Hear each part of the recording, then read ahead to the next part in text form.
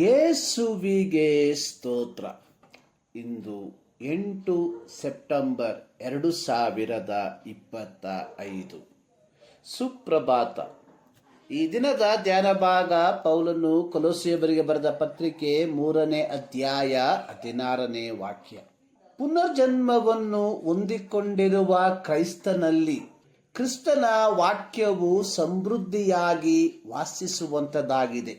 ಪೌಲನು ಕೊಲೊಸ್ಸೆ ಸಭೆಯ ವಿಶುದ್ಧರಿಗೆ ಪ್ರಬೋಧಿಸುವಂಥದ್ದು, ನಿಮ್ಮ ಹೃದಯವೆಂಬ ಮನೆಯಲ್ಲಿ ದೇವರ ವಾಕ್ಯವು ನಿವಾಸ ಮಾಡಲಿ ಅಥವಾ ವಾಸಿಸಲಿ.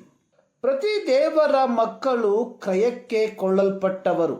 ಇದರ ಕುರಿತಾಗಿ ಪೌಲನು ಕೊರಿಂಥ ಸಭೆಯ ದೇವಜನರಿಗೆ ಜ್ಞಾಪಕ ಪಡಿಸುವಂಥದ್ದು, ಪವಿತ್ರಾತ್ಮನಿಗೆ ನಿಮ್ಮ ದೇಹವು ಗರ್ಭಗುಡಿಯಾಗಿದೆಂಬುದು ನಿಮಗೆ ತಿಳಿಯದೋ? ನೀವು ನಿಮ್ಮ ಸ್ವಂತ ಸ್ವತ್ತಲ್ಲ, ನೀವು ಕ್ರಯಕ್ಕೆ ಕೊಳ್ಳಲ್ಪಟ್ಟವರು. ಆದ ಕಾರಣ ನಿಮ್ಮ ದೇಹದಲ್ಲಿ ದೇವರ ಪ್ರಭಾವವನ್ನು ಪ್ರಕಾಶಪಡಿಸಿರಿ.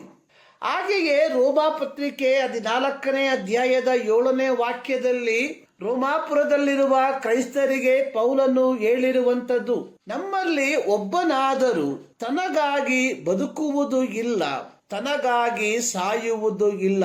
ನಾವು ಬದುಕಿದರೆ ಕರ್ತನಿಗಾಗಿ ಬದುಕುತ್ತೇವೆ, ಸತ್ತರೆ ಕರ್ತನಿಗಾಗಿ ಸಾಯುತ್ತೇವೆ. ಬದುಕಿದರೂ ಸತ್ತರೂ ನಾವು ಕರ್ತನವರೇ. ದೇವರಿಂದ ಕ್ರಯಕ್ಕೆ ಕೊಳ್ಳಲ್ಪಟ್ಟ ನಮ್ಮಲ್ಲಿ ವಾಸ ಮಾಡಬೇಕಾದದ್ದು ಕ್ರಿಸ್ತನ ವಾಕ್ಯ. ಎಫೆಸ್ಯ ಪತ್ರಿಕೆ 5ನೇ ಅಧ್ಯಾಯದ 19ನೇ ವಾಕ್ಯದಲ್ಲಿ ಪೌಲನು ಹೇಳಿರುವಂಥದ್ದು, ಪವಿತ್ರಾತ್ಮ ಭರಿತರಾಗಿದ್ದು ಕೀರ್ತನೆಗಳಿಂದಲೂ ಆತ್ಮ ಸಂಬಂಧವಾದ ಪದಗಳಿಂದಲೂ ಒಬ್ಬರಿಗೊಬ್ಬರು ಮಾತಾಡಿಕೊಳ್ಳುತ್ತಾ ನಿಮ್ಮ ಹೃದಯಗಳಲ್ಲಿ ಕರ್ತನಿಗೆ ಗಾನ ಮಾಡುತ್ತಾ ಕೀರ್ತನೆ ಹಾಡುತ್ತಾ ನಮ್ಮ ಕರ್ತನಾದ ಯೇಸು ಕ್ರಿಸ್ತನ ಹೆಸರಿನಲ್ಲಿ ತಂದೆಯಾದ ದೇವರಿಗೆ ಸ್ತೋತ್ರ ಮಾಡಿರಿ.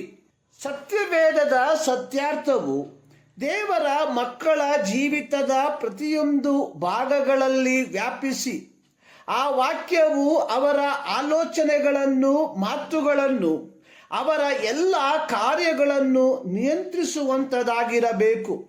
ಕೀರ್ತನೆ 119 ಅದರ 105ನೇ ವಾಕ್ಯದಲ್ಲಿ ಬರೆದಿರುವಂಥದ್ದು, ನಿನ್ನ ವಾಕ್ಯವು ನನ್ನ ಕಾಲಿಗೆ ದೀಪವು, ನನ್ನ ದಾರಿಗೆ ಬೆಳಕು ಆಗಿದೆ. ಇದೇ ಕೀರ್ತನೆಯ 11ನೇ ವಾಕ್ಯದಲ್ಲಿ ನಾವು ನೋಡುವಂಥದ್ದು, ನಿನಗೆ ವಿರೋಧವಾಗಿ ಪಾಪ ಮಾಡದಂತೆ ನಿನ್ನ ನುಡಿಗಳನ್ನು ನನ್ನ ಹೃದಯದಲ್ಲಿ ಇಟ್ಟುಕೊಂಡಿದ್ದೇನೆ. ದಾನಿಯೇಲನ ಪ್ರವಾದನಾ ಪುಸ್ತಕದಲ್ಲಿ ನಾವು ನೋಡುವಂಥದ್ದು, ದಾನಿಯೇಲ, ಶದ್ರಕ್, ಮೇಷಕ್, ಅಬೇದ್ನೆಗೋಮ್ ಎಂಬ ಯುವಕರು ತಮ್ಮನ್ನು ಅಶುದ್ಧಪಡಿಸಿಕೊಳ್ಳದೆ ಇದ್ದದಕ್ಕೆ ಕಾರಣ ಅವರಲ್ಲಿದ್ದಂತಹ ದೇವರ ವಾಕ್ಯ. ಇಲ್ಲಿ ಪೌಲನು ಕೊಲೊಸ್ಸೆ ಸಭೆಯ ದೇವಜನರಿಗೆ ಹೇಳುವಂಥದ್ದು, ದೇವರ ವಾಕ್ಯವು ನಿಮ್ಮಲ್ಲಿ ಸಮೃದ್ಧಿಯಾಗಿ ವಾಸಿಸುವುದಾದರೆ ನೀವು ಸಕಲ ಜ್ಞಾನದಿಂದ ಕೂಡಿದವರಾಗಿ ಪರಸ್ಪರ ಉಪದೇಶವನ್ನು ಮಾಡಿಕೊಳ್ಳುವಿರಿ. ಇದು ಒಂದು ಸಕಾರಾತ್ಮಕ ಭಾಗವಾಗಿದೆ. ಅದರ ನಕಾರಾತ್ಮಕ ಭಾಗ ಅನ್ನುವಂಥದ್ದು ಬುದ್ಧಿ ಹೇಳಿಕೊಡುವುದು. ಅರ್ಥ, ಜನರಿಗೆ, ಅಂದರೆ ಆಧ್ಯಾತ್ಮಿಕತೆಯ ವೇಷವನ್ನು ಹಾಕಿಕೊಂಡವರಿಗೆ ಅವರ ನಡವಳಿಕೆಯ ಭವಿಷ್ಯತ್ತಿನ ಪರಿಣಾಮಗಳ ಕುರಿತಾಗಿ ಎಚ್ಚರಿಕೆಯನ್ನ ನೀಡುವಂಥದ್ದು. ಪ್ರಿಯರೇ, ಯೇಸು ಕ್ರಿಸ್ತನನ್ನು ಅಂಗೀಕರಿಸಿ ದೇವರ ಮಕ್ಕಳೆಂದು ಅಭಿಮಾನ ಪಡುತ್ತಿರುವ ನಮ್ಮಲ್ಲಿ ಕ್ರಿಸ್ತನ ವಾಕ್ಯವು ಸಮೃದ್ಧಿಯಾಗಿ ವಾಸಿಸುತ್ತಿದ್ದೀಯಾ ಎಂಬುದನ್ನು ಪರೀಕ್ಷೆ ಪಡಿಸಿಕೊಳ್ಳಿ.